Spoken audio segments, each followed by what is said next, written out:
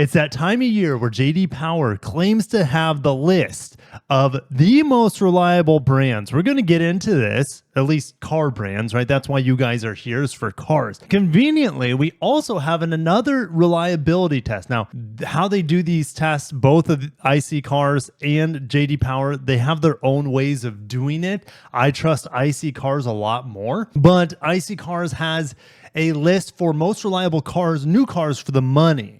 All right, so if you want reliable transportation without breaking the bank, that's what this list is today. We're going to focus on that in the second half of this video, but let's start things off with JD Power. I mean, no surprise, Lexus at the top for 3 years in a row. If you guys are excited for today's dependability, reliability lists, make sure to smash the like button. Make sure you are subscribed. And Lexus, for the third straight year, has ranked highest in JD Power annual study of vehicle dependability after 3 years of ownership. Guys, this is not real reliability. All these cars are still under warranty.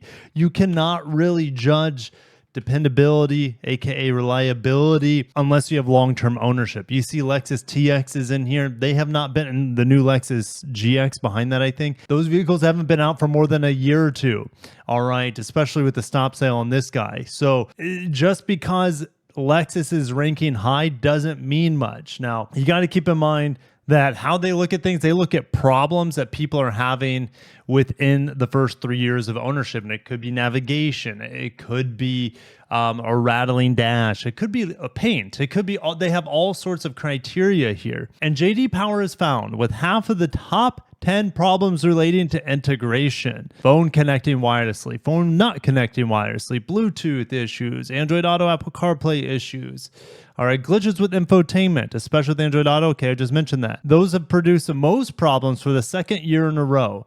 Guys, it's not necessarily the car sometimes. Sometimes it's user error when you're dealing with these issues, connectivity. And a lot of times the phones, when the phones update, they just like don't connect. That just happened. I just updated my phone to Android 15, and it disconnected from the Honda Pilot that I'm driving right now. All right, so I just had to reconnect it via Bluetooth, and it's fine now for Android Auto. They're saying outside of the phone connectivity, plug-in hybrids are the most problematic of all 2022 vehicle types, with 242 problems per 100 vehicles. Gasoline electric hybrids had 199 problems per 100 and were the least problematic of all fuel types. That doesn't surprise me a whole lot. Now, a lot of the plug-in hybrid stuff, I think there's going to be a lot of user error, in my opinion, when it comes to charging and whatnot. The gap between gasoline-powered vehicles and EVs narrowed significantly this year. Charging, range anxiety, loss of range, tire wear, and other facets of EV ownership, when combined with glitches with app connectivity, remain major problems in the industry. All right, so let's just get into the big list. All right, and then we'll get into individual models, which will be a lot of fun. All right, well, Tesla, since they don't really send their data into JD Power, they kind of have to estimate it, but it's pretty high. The industry average is 202. Tesla's at 209, which is, yeah, let's just cough it up to be around average. All right, so they've made huge improvements. They used to be right at the bottom in years past, but it looks like it's getting better. Volkswagen, yikes. Well, the thing with Volkswagen is that their whole infotainment and their whole touch panel, climate control, radio control, it's trash. That's probably why they're the lowest here. Not because they're not reliable, it's because their software and their screens and their human to machine interface is trash. That's why they're down here at the bottom. All right. I was in an Audi S5 Sportback, and it still had the old controls in it. It was great, but there's a lot of new Audis with the double touch screens, and it's just yikes. I don't like those either, and that's, of course, the luxury division of Volkswagen. Chrysler down the list, Jeep down the list, there's Audi, Land Rover, Mitsubishi. Now, Mitsubishi shouldn't be much different than Nissan, but keep in mind, Mitsubishi, they sell a lot of plug-in hybrids, and those are apparently quite problematic for a lot of people out there. Acura, well, if you think of Acura, they still Not on the MDX. They got rid of it on the MDX. They don't have it on the Integra. But if you look at the TLX, or you look at the RDX, they still have the touchpad. That could be causing a lot of people issues because people just want touchscreen. You don't have to think. All right. And it's good sometimes to have redundancy with a rotary knob or touchpad with a touchscreen. But when you have just one touchpad and no touchscreen, that can be frustrating. Mercedes-Benz, I could agree, like their software is frustrating to me. Volvo, well, this is misspelled here, but there are a lot of issues where things can just glitch out. I've had the screens freeze on me on Volvos. I've had the screens just turn off as well. That's really worrisome when you're driving. Ram's in there, no surprise, not that much better than Jeep and Chrysler. Hyundai, that's interesting. I feel like Hyundai and Kia have some of the best tech out there, but you have plug-in hybrids that Hyundai sells as well that could be dragging them down. All right, Lincoln not high on the list. Nissan below average. Genesis, Subaru. Yeah, well, Subaru with their big old touchscreen, that thing's laggy as all heck. Alfa Romeo. The problem that I have with Alpha's touchscreens, and that's where, again, most of these issues are coming from, is from the tech end, because it's not true reliability. It's only 3 years. So Alfa Romeo, sometimes, like, especially when I'm playing with the plug-in hybrid, and by the way, Alpha has plug-in hybrids, that's not helping them.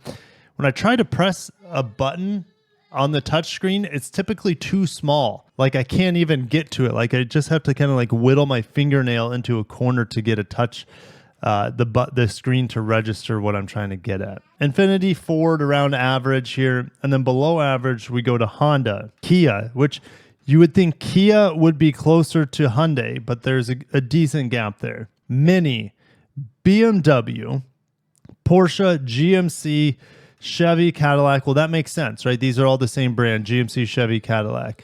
Abe's trying to bust down my door right now, so that's why you might hear a baby in the background. Toyota, there we go. Toyota, parent company of Lexus. No surprise that they're fairly close. Mazda's systems are really, really old, and that probably prevents them from having a whole lot of glitches and hiccups. Buick being close to Chevy, GMC, etc. That makes sense. They use similar software. And then Lexus all the way at the top.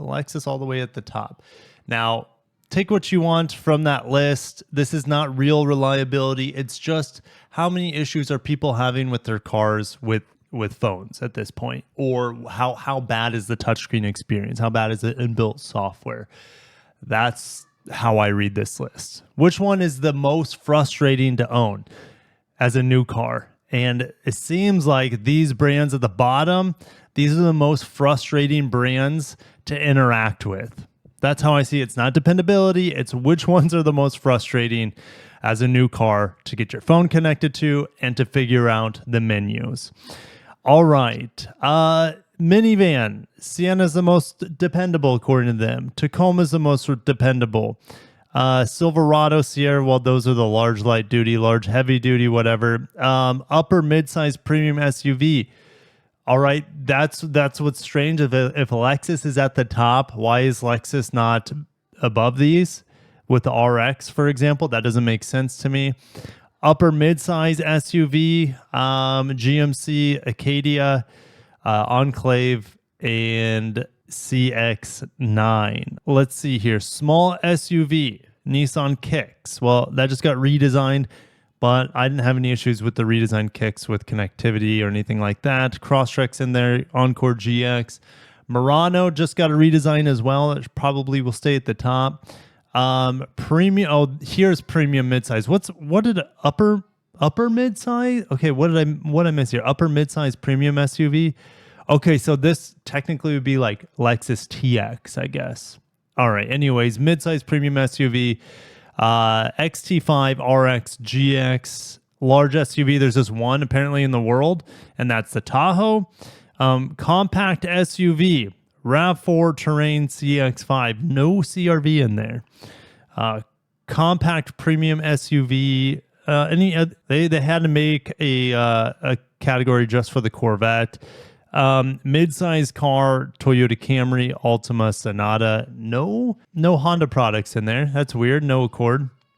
Compact premium car, 3 Series, 4 Series. Avalon, guys, Avalon's discontinued. So why is it even mentioned here? It's been discontinued since what, 2022 model year? Compact cars, Corollas, Fortes, and Prezas. All right, this is what most of you guys would rather see here. The most reliable new cars for the money in 2025. These 15 models combine low purchase price with a very long lifespan, making them the value leaders for new car buyers. All right, Nissan Versa is only going to cost you $2,700 per year to own and operate. Well, just to own, I would assume, just based off of entry price. Sentra right there with it.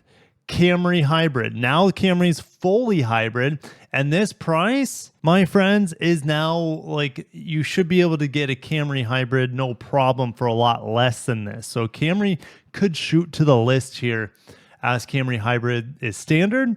And Prius is right there with it. Elantra right there. Mazda 3, Kia Soul. Kia Soul is good bang for your buck. Toyota RAV4, Honda CR-V. I mean, the CR-V here has the longest lifespan with the RAV4 here. About 15 years you see them on the road. Okay, Outlander Sport. I think that vehicle is going to be discontinued soon, but they're dirt cheap. About 12 years on the road. Subaru Impreza, specifically the wagon. Well, it's only wagon now. So 26.9. Honda Accord coming in at number 4. Mazda 3, specifically the hatchback. Well, the sedan's in here too. All right, but the hatchback right here, which transacts much higher. Isn't this crazy? What is happening? How is a Mazda 3 hatchback on the road about 3.5 years longer? It's because people modify them. They find ways to keep them. I don't know. That's a strange one. Toyota Corolla at the number 2 spot with almost 12 years on the road, costing you only $2,200 a year. And then the king of longevity to cost is the Honda Civic, being about 14 years on the road. They cost a little bit more than a Corolla, but they last a little bit longer. And therefore, the Civic is the king. Best new cars for the money that last the longest. We have reliable small SUVs if you guys want to pause here. We also have most reliable mid-size SUVs if you guys want to pause here. Highlander coming up at the top of the list there, followed by the 4Runner. 4Runner, no surprise, with a very long lifespan. RX with a long lifespan. Wranglers with a long lifespan. QX60, interestingly, has a very long lifespan. Now, this one is a bit funny because the RX 500H has only been out 3 years. And they're estimating that it's going to have a lifespan of 16 years. Best new large SUVs for the money, Nissan Armada. Where is the new Toyota Sequoia, right? The hybrid only. I think the LX is here. Buick Enclave. It doesn't last very long on the market. Nissan Armada, one of my favorite full-size SUVs. LXs last a long time, but this is based off of the old LX 570 V8. Same thing with the Armada, based off the V8s. Is the LX 600 going to last as long? Probably, I would say, even though it's a twin-turbo V6. But I'll put this link in the description if you guys want to read more into individual categories with trucks, small cars, hybrids, that sort of thing. Prius and the Camry at the top of the hybrid game, followed by Highlander, RX, Sonata. I do see a lot of old Sonatas on the road, specifically Sonata hybrids, more so than the normal Sonatas. And yeah, that's the thing. Like RX 500H, is it really going to be on the road 16 years? I don't know. I don't know. All right. Ford Escape hybrid, well, that car is getting discontinued seemingly as well. So anyways, I'll put in the description. Thank you guys for watching. What do you think of the dependability list from JD Power? And what do you think about the most reliable new cars for the money in 2025 from IC Cars? Thank you for watching. Stay tuned. More automotive news coming your way, so make sure you are subscribed. Have a great day and peace.